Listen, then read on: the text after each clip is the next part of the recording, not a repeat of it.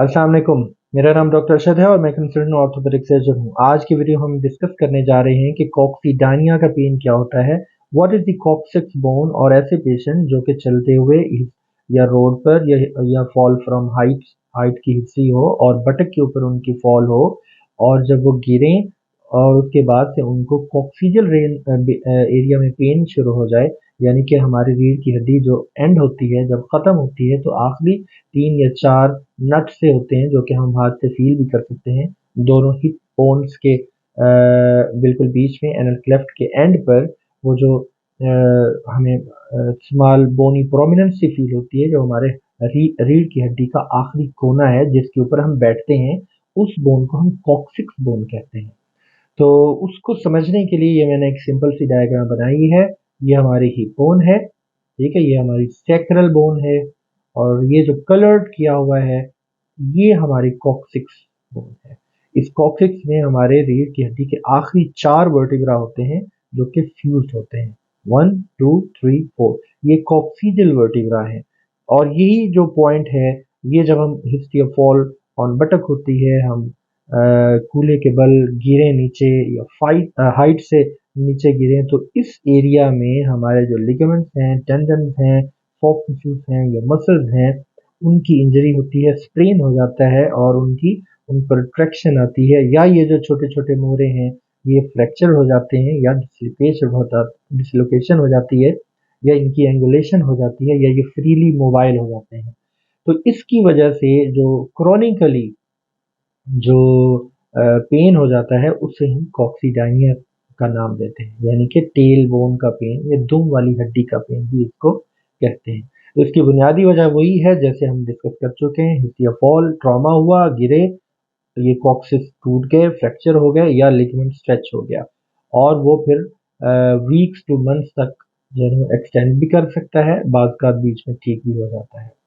तो इसके अलावा जो दूसरी रीजन हम डिस्कस करें तो ऐसे प्रोफेशन जिसके अंदर प्रोलॉन्ग सिटिंग हो, सिटिंग प्रोफेशन हैं उनके अंदर हो सकता है, प्रेग्नेंट फीमेल में हो सकता है, ऐसे अफराद जिनको सीवियर कॉन्स्टिपेशन और क्रॉनिक कॉन्स्टिपेशन रहती हो उन वो भी रिस्क फैक्टर्स हैं, उनकी भी हो सकता है।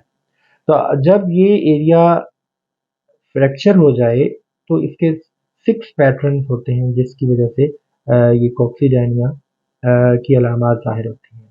नंबर 1, बेसिकली ये एंटीरियर होता है, यानी कि आगे की तरफ इस कॉक्सिक्स का कर्व बना होता है। तो जब हम बैठते हैं तो ये मैक्सिमम जो वेट है ये बेयर करता है, और इसी तरह लीनिंग बैकवर्ड, यानी कि हम बैठी हुई पोजीशन में पीछे की तरफ टेक लगा लें तब भी इन 2 पोजीशन में ये जो हमारा कॉक्सिक्स है ये मैक्सिमम वेट बेयर करता है।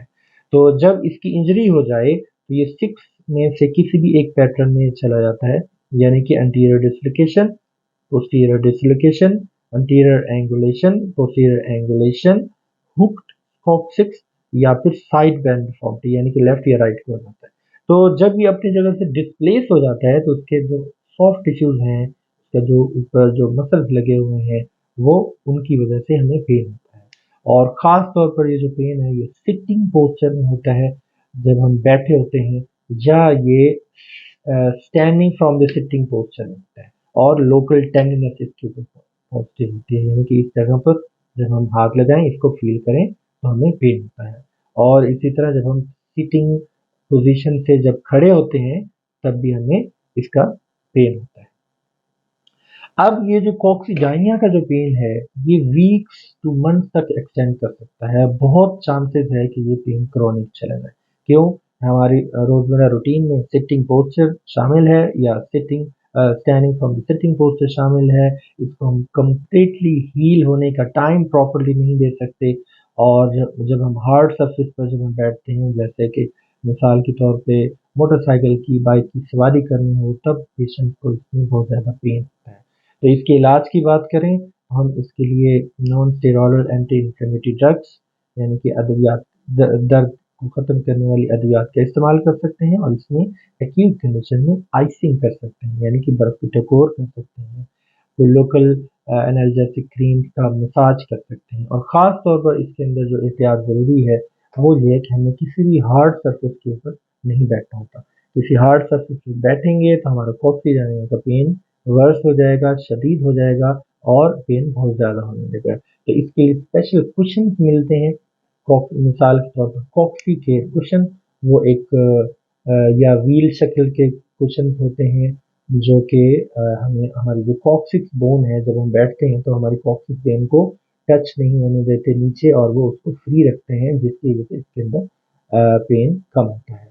इसी तरह अगर आपको आपके पास वो कॉक्सिकेयर कुशन या specially made customised cushion available ना हो, और कोई कपड़े को रोल करके भी आप बैठ सकते हैं। मकसद कहने का ये है कि आपको किसी भी नरम जगह पर बैठना है, हार्ड सरफेस पर आपने नहीं बैठना अगर कॉक्सीडायनिया का पेन है, ताकि वो वर्स ना हो। इसी तरह कुछ एक्सरसाइजेज हैं, जैसे कि हम बता चुके हैं कि ये लीनिंग बैकवर्ड में वेट बेयर करता है। हम इसका अपोजिट करें लीनिंग फॉरवर्ड, जैसे चाइल्ड की पोजीशन होती है, आगे की तरफ बच्चा लेटा होता है, इस पोजीशन में अगर हम मतलब लीनिंग फॉरवर्ड वाली जो पोजीशन है, या अगर बैठे हुए पोजीशन में आगे को झुक जाएं, तो इस पोजीशन में हमें जो है रिलीफ मिलता है।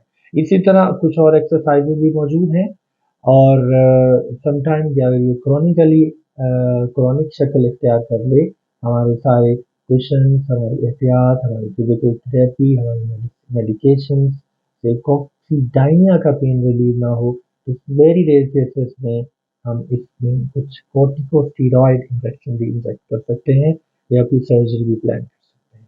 तो ये ऐसे पेशेंट जिनके लिए हम ये सर्जरी प्लान करें, उनकी तादाद इंतहाई महदूद है। हम मैक्सिमम ऑफ द केसेस में अद्वियात से, एहतियात से, कुशन के इस्तेमाल से, वक्त को देने से, मसाज से, और फिजियोथेरेपी एंड एक्सरसाइजेस प्रोटोकॉल के जरिए कॉक्सीडायनिया को ट्रीट करते हैं।